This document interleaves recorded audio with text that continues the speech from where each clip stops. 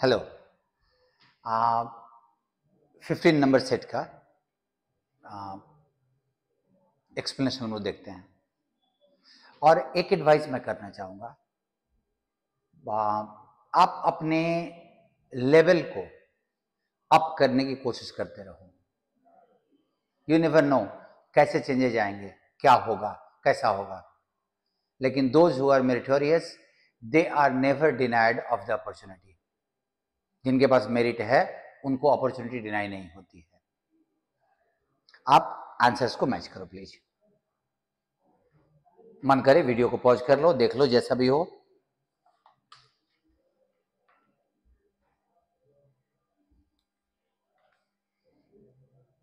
आप देखो कितना आपका सही हुआ है एंड अकॉर्डिंगली हम लोग एक्सप्लेनेशन करते हैं।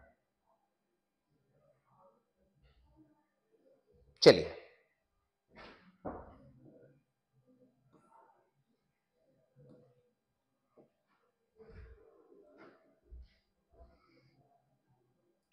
वॉयज का स्पेलिंग में जिसका मतलब समुद्री यात्रा होता है, VOYAGE। Maiden means first, infamous famous का उल्टा, एंड प्लंज पानी आदि में डूबना, तैरना, यह होता है। मूव कीजिए। आपका ऑप्शन बोल रहा है कि ए फर्स्ट सेंटेंस होगा, Pandora was the first woman, and उसके बाद का सेंटेंस में आप पहले इलिमिनेट करो कि सी होगा कि बी होगा। यहां देखो सी में लिखा हुआ है she was given a box to take with her. उसको एक बक्सा दिया गया कि वो कहीं मतलब अपने साथ ले जाए। कहां? तो नेचुरली बी जाएगा। अब ए और बी के बाद आप जरा देखो, with the instruction not to open it. Box दिया गया कि इसमें ओपन मत करना, लेकिन she disobeyed and open the box. So ABCD का पूरा एकदम ग्रुप बैठा हुआ है, कोई टेंशन नहीं है उसमें, बहुत आसान था। Third number C, have been wasted, the gardener has wasted.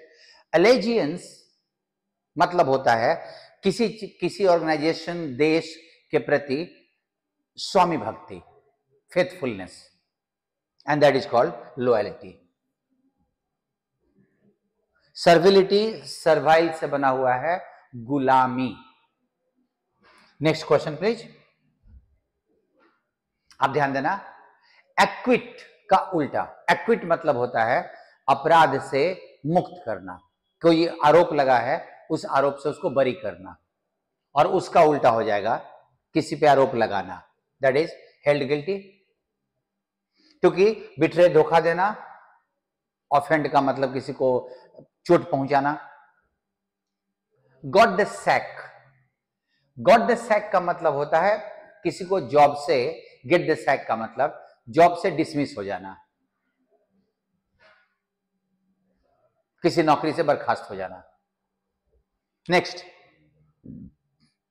इस क्वेश्चन में देखो, सबने कहा, आप में से कुछ लोगों को डाउट हो सकता है कि वो कितना अच्छा गाती है। अब अगर इसमें तुम देखो तो तुम्हारे पास सी टोल्ड अस नहीं, एक्सक्लेम तो होगा ही होगा क्योंकि एक्सक्लेमेशन मार्क है। सिंग्स हैबिचुअल एक्शन, एंड जब उन्होंने सुना तो वो हैबिचुअल एक्शन का नहीं, उसके गाने को सुन के she said, people said that, everybody said that, उसने अच्छा गाया। कितना अच्छा गाती है मींस उसका गाना बड़ा अच्छा था। सो इसको हैबिचुअल मत लेना। कोई परमानेंट हैबिचुअल एक्शन होता है ना, जिसको लाइफ में कभी चेंज नहीं किया जा सकता, उसका टेंस नहीं बदलता। जैसे मैं लिखूं, he said I right with my life left hand, मैं अपने बाएं हाथ से लिखता हूं, तो इसके चेंज होने की पॉसिबिलिटी नेग्लिजिबल है। तो इसमें राइट का रोट नहीं होगा। बट अच्छा गाने वाला कभी भी किसी भी कारण से खराब गाना शुरू कर सकता है। तो ये अनचेंजेबल अगर हैबिट होगा तो उसका टेंस नहीं बदलता, चेंजेबल होगा तो वो टेंस बदल जाएगा, इसलिए सैंग हो जाएगा। म्यूचुअल इंटरेस्ट, पारस्परिक, मेरा इंटरेस्ट तुम्हारा इंटरेस्ट, वो रेस्ट करता है। अब तो शेयर्ड गोल ही होगा ना, जब लक्ष्य हम दोनों का सेम होगा तो हम उसमें म्यूचुअल इंटरेस्ट आएगा। नेक्स्ट क्वेश्चन 9 नंबर में बहुत आसान है, D 10। I dislike people who keep talking too much. ध्यान दीजिएगा, मूर्खतापूर्ण बात नहीं, बहुत ज्यादा बातें, ठीक है। और यहां पे टॉक 19 टू द डजन का मतलब कि जरूरत से ज्यादा बात बोलना, ठीक है। आउट ऑफ देयर हेड्स का मतलब मूर्खतापूर्ण बात बोलना। टॉक शॉप का मतलब इररिलेवेंट बात करना, इररिलेवेंट, उस जिस परिस्थिति में है उसमें हम कुछ उल्टी बात कर रहे हैं। एंड टॉक वंस माइंड, अपने बात को, जो विचार है उसको स्पष्ट रूप से सामने रखना। कंपल्सरी का अगर एंटोनिम चाहिए तो उसका तो ऑप्शनल ही होगा ना, ये तो आसान क्वेश्चन था। 12 नंबर, इसमें ध्यान दो, यहां पे वर्ड प्रपोज्ड, उसने प्रस्ताव रखा, एडवाइस किया या सजेशन दिया। तुम बच्चे घूमने चले जाओ, तो एडवाइस करना है किसी कंस्ट्रक्टिव काम के लिए, इंटरटेनमेंट के लिए एडवाइस नहीं, हम सजेशन दे रहे हैं कि तुम खाली बैठे हो चले जाओ। सो यहां पे सजेशन जाएगा। और गो से ज्यादा अच्छा शुड गो है। वैसे गो वाला भी ग्रामेटिकली गलत नहीं है। आपने सब्जेक्ट वर्ब डिसएग्रीमेंट जो मेरा वीडियो था उसमें सजेस्ट के बाद हम सब्जेक्ट प्लस V1 भी रखते हैं, बट जब शुड गो दिया हुआ है तो V1 को चेक नहीं करेंगे। मॉडर्न इंग्लिश लिटरेचर के ये प्रिकर्सर ही हो सकते हैं, अग्रदूत, जो एकदम अगुआ हैं, सामने सबसे इंपॉर्टेंट पर्सनालिटी उस चीज के। तो आपका, क्योंकि फैबुलस मतलब शानदार होता है, सुप्रीम और कनासियर बोलते हैं जब हम किसी कला, आर्ट का कोई जज बड़ा अच्छा हो, आर्ट के बारीकियां जानता हो, उसको कनासियर बोलते हैं। नेक्स्ट, डिसीव का स्पेलिंग EI होता है, DECEIVE। बाकी बिलीव और सीज सही था, धोखा देना डिसीव। यहां पे आप ध्यान दो, toys are meant for children, खिलौने बच्चों के लिए होते हैं। उसके बाद तुम्हारे पास आर के अलावे और कोई ऑप्शन नहीं जा रहा है, लेकिन उनको बनाना बच्चों का खेल नहीं है। अब आपका there manufacturer Japanese toys many parents, तो तुम्हारा आर यहां जाएगा और आर शुरुआत में एक ही ऑप्शन में है। ये क्वेश्चन आसान था दिखने में। नेक्स्ट 16 नंबर पे ध्यान दो, why are horses the same? A particular horse flows but there is something all horses have in common. You probably too, देखो इसका जवाब यहां से मिल रहा है। तुम्हारा आंसर में ए और बी फर्स्ट सेंटेंस दिया हुआ है। अब अगर ए और बी फर्स्ट सेंटेंस में है तो तुमको ये जजमेंट करना होगा कि B number, a particular horse flows naturally, introduction किसमें है, क्यों सारे हॉर्सेस सेम हैं, तो नेचुरली पहला तुम्हारा ए हो जाएगा और उसके बाद तुम्हारा आएगा डी, क्योंकि ऑप्शन में भी डी ही दिया हुआ है। You probably do not think they are same at all. अब उसके बाद तुम सी डालोगे, but there is something all horses have common, लेकिन एक चीज सारे हॉर्स में कॉमन होता है, सी नंबर।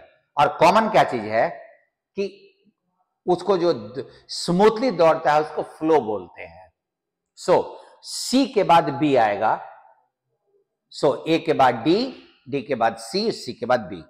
ये क्वेश्चन आराम से अंडरस्टैंडिंग पे बन रहा था। नेक्स्ट, किसी भी पवित्र चीज का उल्लंघन करना, कोई चीज जो पवित्र है उसको हम वायलेट कर रहे हैं, and that is called sacrilege. Profanity मतलब अनहोलीनेस, अपवित्रता, हम उसका वायलेशन नहीं कर रहे हैं, हम खुद अपवित्र हैं तो हम प्रोफेन हैं। सेडिशन, राज्य के खिलाफ विद्रोह। स्लैंडर, किसी का अपमान। नेक्स्ट, ये जानते होंगे कि बिटवीन लगता है ना, बिटवीन 1980 एंड 1990 या फ्रॉम 1980 टू 1990। सो हम या तो बिटवीन को फ्रॉम कर दें, नहीं तो टू को एंड कर दें। Next question, do as you wish, जो मन में आए वो करो। पहला सेंटेंस इंपरेटिव, तो ये तो डू का टू डू तो हो ही जाएगा। अब उसने ऑर्डर किया या सीधा कहा कि जो मन में आए करो, ये तो हम फ्रस्ट्रेशन में बोलते हैं, हम ये तो नहीं बोलते ना कि ऑर्डर देते हैं कि जो मन में आए सो करो। सो और ही यहां नहीं, सो बी एंड डी में देखो, ही टोल्ड मी दैट अनलेस, ये तो गड़बड़ हो गया ना। सो तुम्हारे 19 का तो आंसर बी जाएगा, he told me to do as I wished. Next,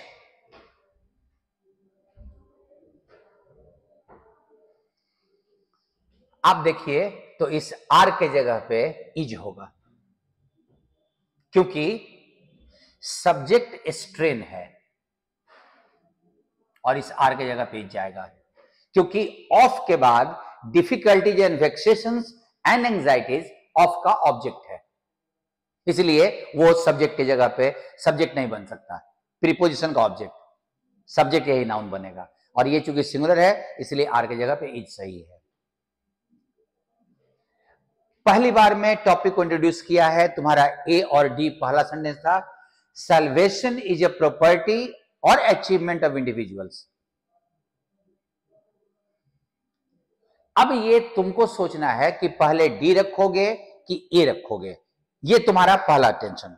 लेकिन इन क्वेश्चन में देखो, but Buddhism is more severely analytical, लेकिन बुद्धिज्म ज्यादा एनालिटिकल है, सेंटेंस का मीनिंग ये है।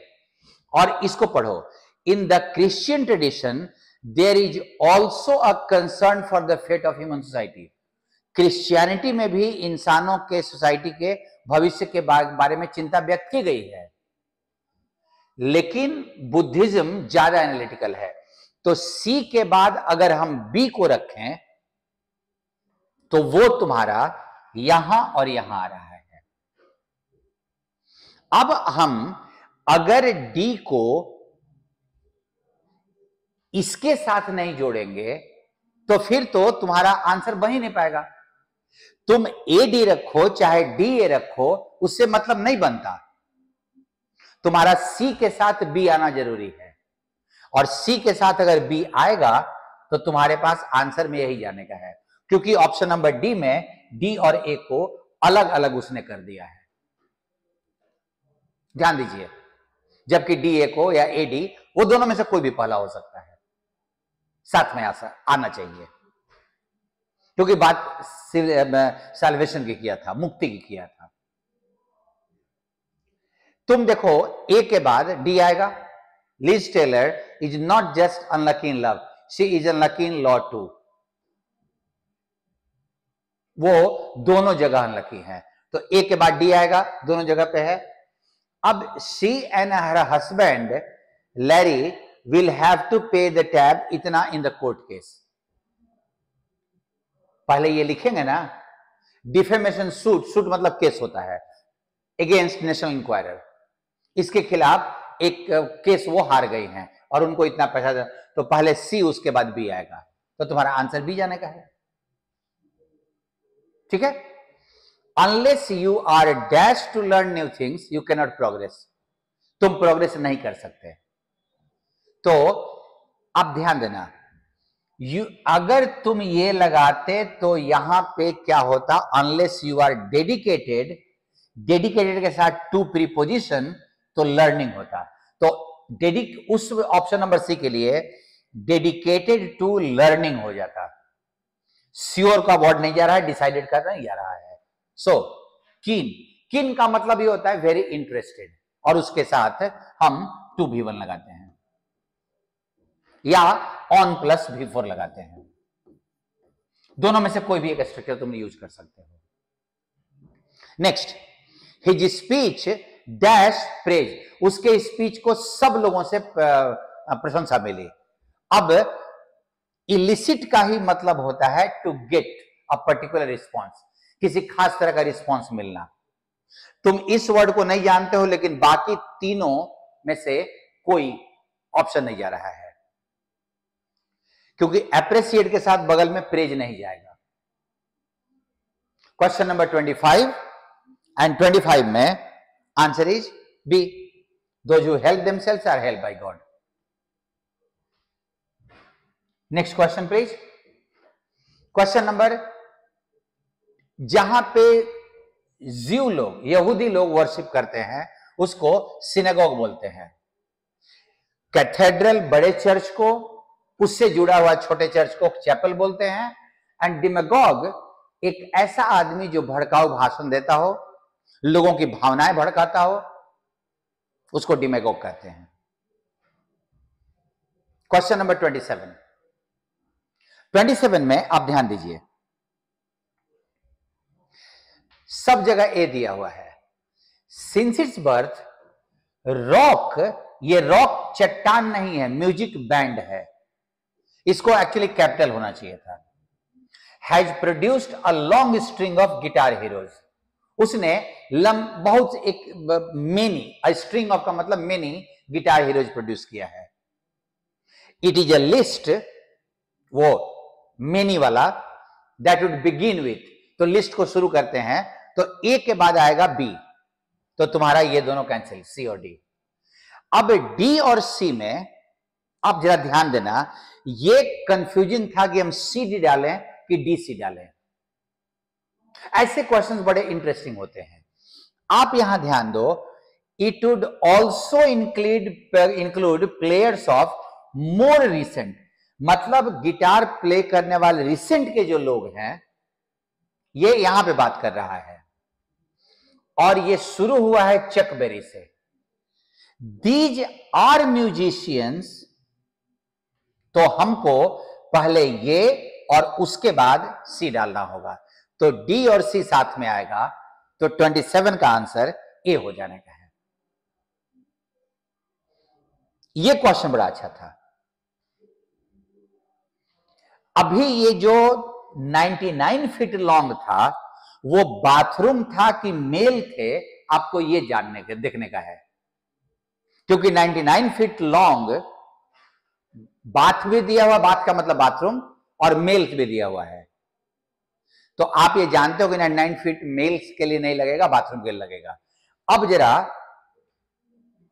ए के अलावे और कहां पे तुम्हारे पास आंसर है? 99 feet long bath for mails और 99 फीट लॉन्ग मेल्स। अब ये मेल्स एपोस्ट्रोफी के साथ लगता ना, या अ मेल्स बाथ। आपको अगर एडजेक्टिव की तरह यूज करना है तो मेल को ऐसे नहीं लिख सकते हो, एपोस्ट्रोफी लगाना पड़ेगा।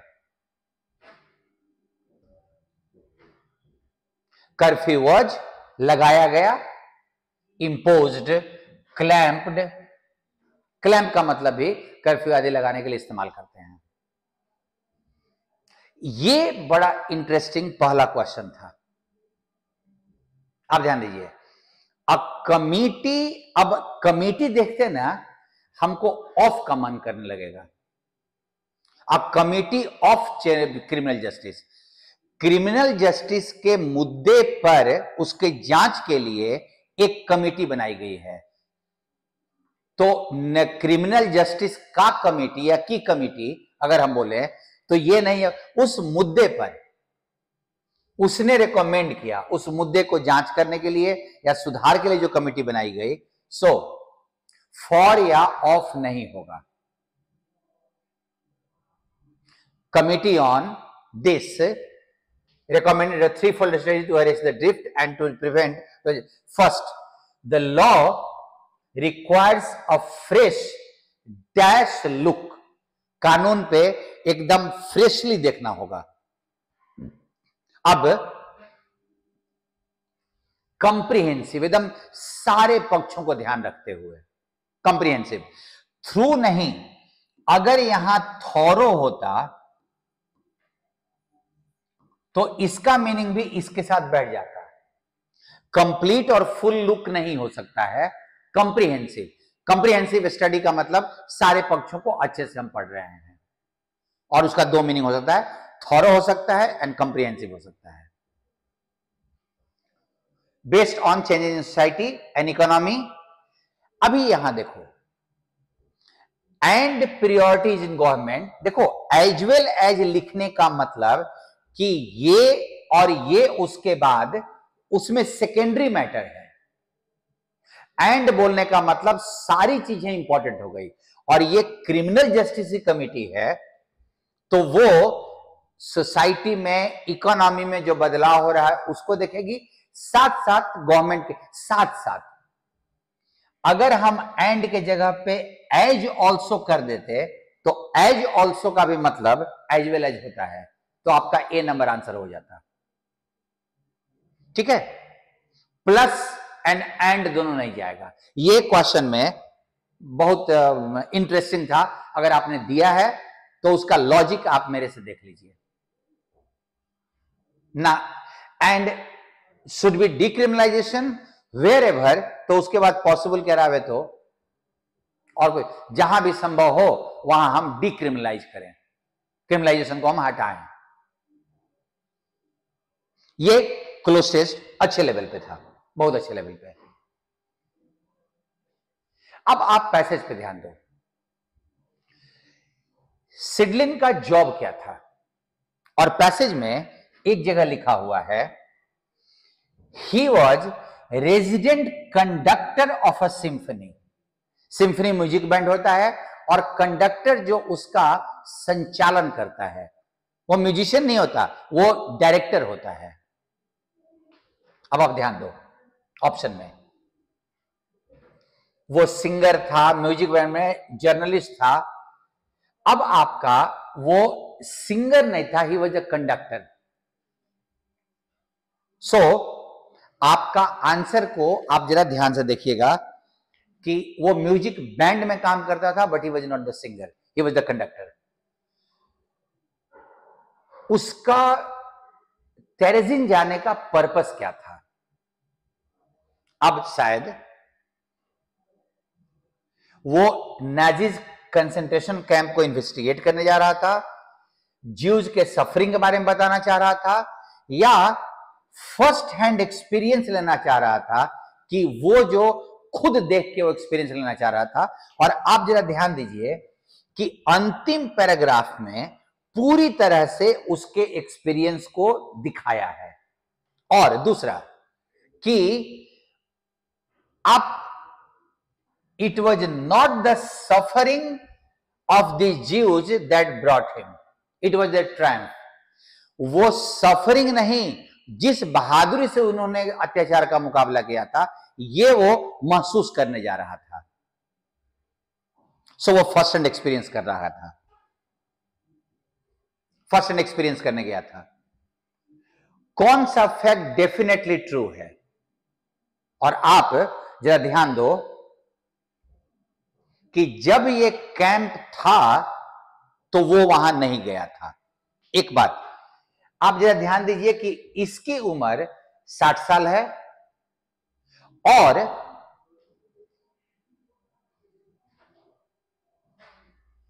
ये कैंप भी 60 साल पहले था, मतलब जन्म के समय ही या उसके पहले से ही ये कैंप वहां था। सो वो ये ऑप्शन देखिए, उस समय में 60 साल के बाद ये गया फिर वहां पे। नेक्स्ट, डेस्परेट, और डेस्परेट का होपलेस ही जाएगा, क्योंकि आप जरा ध्यान देना यहां पे, the concentration camp filled with desperate and dying Jews, जो मर रहे थे, निराश नहीं थे, क्योंकि आप जरा ध्यान दो ऑप्शन में, डिप्रेस्ड नहीं थे, they did not have any, hope. Next,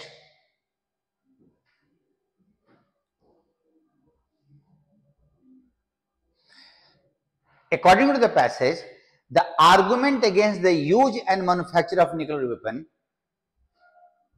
आप ऑप्शन को अगर आप देखिए तो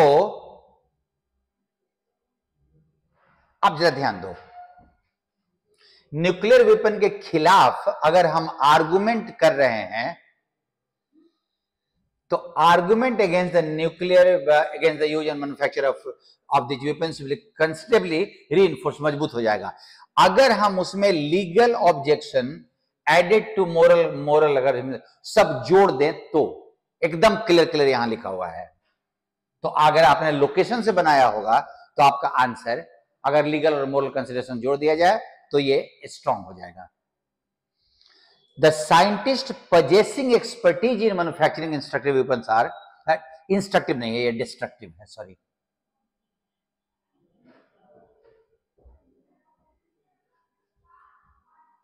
More than half the total number 39 का. आप जरा यहां पे पैसेज में देखो, एकदम साफ साफ लिखा हुआ है. More than 50% of the skilled scientific manpower are engaged in armament industry. Armament industry मतलब हथियारों से जुड़े हुए इंडस्ट्री से वो जो में काम करते हैं. Next question please. 40. It appears from the passage that the use of nuclear weapon is considered against morality by. तो भी ही जाएगा ना, क्योंकि सेंटेंस के शुरू में ही लिखा हुआ है यूनिवर्सल सेंटिमेंट. सब लोग इस सेंटिमेंट को शेयर करते हैं, तो ये सारे लोग इसको मानते हैं, तो और तो कोई जाना नहीं है. एंड कौन सा स्टेटमेंट पैसेज के अनुसार डेफिनेटली ट्रू है. और आप ध्यान दें, living organism in the area which are not directly affected by the consumption of nuclear weapon would also suffer. वो जो डायरेक्टली अफेक्टेड नहीं है वो भी पीड़ित होंगे. पॉसिबिलिटी ये है कि ह्यूमन स्पीसीज पूरा खत्म हो जाएगा. And post war survivors would be expose to the risk of near lethal radiation. और ये सारी चीजें पैसेज में लिखी हुई हैं. पहला ये, extinction of the human species itself can not be excluded. पूरा स्पीसीज खत्म हो जाएगा, इसको हम एक्सक्लूड अलग नहीं कर सकते हैं. संभावना ये भी है, संभावना ये है ionising and ultraviolet radiation extending for many months after the large scale war could destroy biological support system. So तीनों पॉसिबिलिटीज वहां पे बन रही हैं. So all the three will be the answer. Next,